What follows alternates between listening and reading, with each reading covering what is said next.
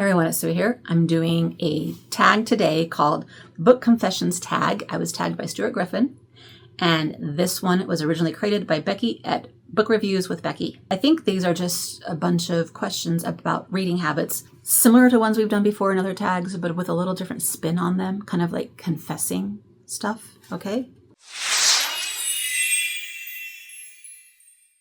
Number 1, what is an unpopular book opinion preference you have?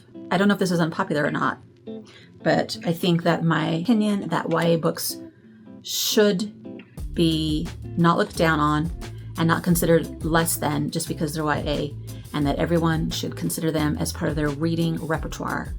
Might be a little bit different or unpopular, but that is definitely a strong opinion I have, and something that I am going to be promoting in August with Maria Andrea for our event called Yaugust, and you can see more about that on some other videos where we've talked about it on her channel and on mine. So be sure and look for more information about that.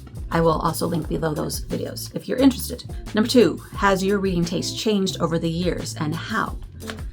It probably has a little bit. I used to be better at reading harder, thicker, deeper, wordier, meatier, like classical books. I used to be so much better about that. I have felt my brain capacity changing over the years, as I think we all have, with the advent of our smartphones and the internet and our attention span, and I just feel it. I feel it so much. I'm old enough to know what it was like before, and it was different. My tastes have changed kind of over the years because of, I feel like our brains are actually changing because of all that stuff. And I want to fight it. I want to fight it so bad. But when I sit and read a big, thick classic, my attention span wants to jump to all the other easier books. And, you know, we also have this idea that we need to read a certain amount of books per year, and we need to read a certain amount of books per month, and we need to keep up with everyone. And if you're reading those big, heavy, thick classics, that might not happen. So I have felt that change big time. I have loved YA books from the minute they became a thing, and they had that explosion, and then I just rode the train, and I haven't got off it yet. And a lot of people rode the train but have jumped off feeling like, oh, I shouldn't be reading so many YA books now. And I'm just like, no, I'm still going to read the YA books. So there, that part has not really changed. I don't know. I think I still like all the same genres and things. So yeah. What genre do you read to get out of a book slump? I will read a YA contemporary romance type of book. Lighthearted, happy, fluffy, cute book. Those always will get me out of a slump. What are some of your automatic buy authors? I have talked about this before too. Marcus Zusak is an automatic buy. Casey West is an automatic buy. Who else do I automatically buy? Those are probably my biggest 2. There's others that are close. Sabata here, I have bought many of hers, and Tahira Mafi. A lot of local authors like Ali Condi and Shannon Hale. Well, I haven't bought a lot of hers because I haven't kept up on, she's got so many kids' books that I haven't bought.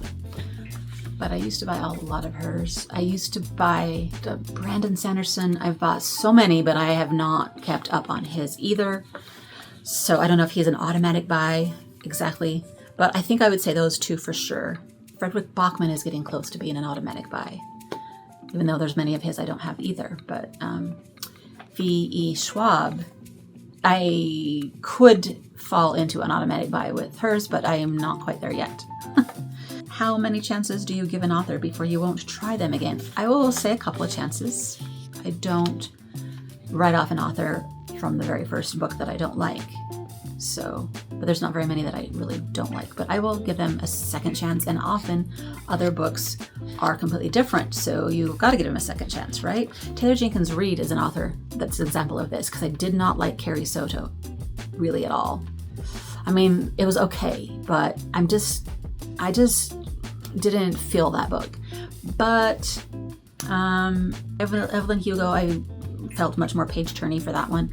And Daisy Jones also. Those are the 3 that I've read. I haven't read the others yet. I'm wary of her because of Carrie Soto, but I haven't said that I don't like her yet, you know. Emily Henry, I loved the first one. hated the last one I read, which was Happy. It's that Happy one. Happy Place. I did not like Happy Place. I loved People We Meet on Vacation. But because I didn't love Happy Place doesn't mean that I won't keep reading her.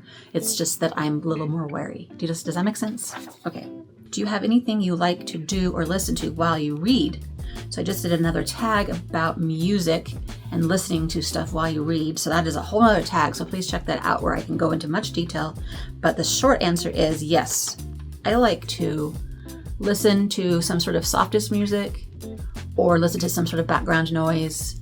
I can read in silence, but I'd rather have some background noise. If I'm listening to an audiobook, I need to do something while I'm doing that. I'm either needed to be doing something on my phone, like doing a color app or even playing a game, or sewing downstairs at the sewing machine, or driving, or something. I feel like I need to be doing something when I listen to an audiobook for sure. It would drive me crazy otherwise. How far do you read before I DNF a book? This varies, but I usually give it 50 to 100 pages. I give it a lot. And then I rarely actually say I DNF'd. I usually say, I'm not in the mood for this book now. I'll put it away till I am in the mood and I will get back to it later. That's what I usually say. But I do give it quite a bit of time first. Do you ever find yourself making the same faces as the characters in the book? No, I don't think I ever do that. I mean, I might laugh out loud at something, but that's not really making the same faces. I don't understand this one, really. I've never even heard of people doing that. Do you guys do that? I don't do that. I don't think I do that. I have to pay attention. Rereading. Yes, no, depends. This is a whole other tag too. Did I do that tag? I did think I might not have done the tag, but I think I might have done a whole video about it that wasn't necessarily tag. And rereading, yes, it depends. I like to reread comfort books.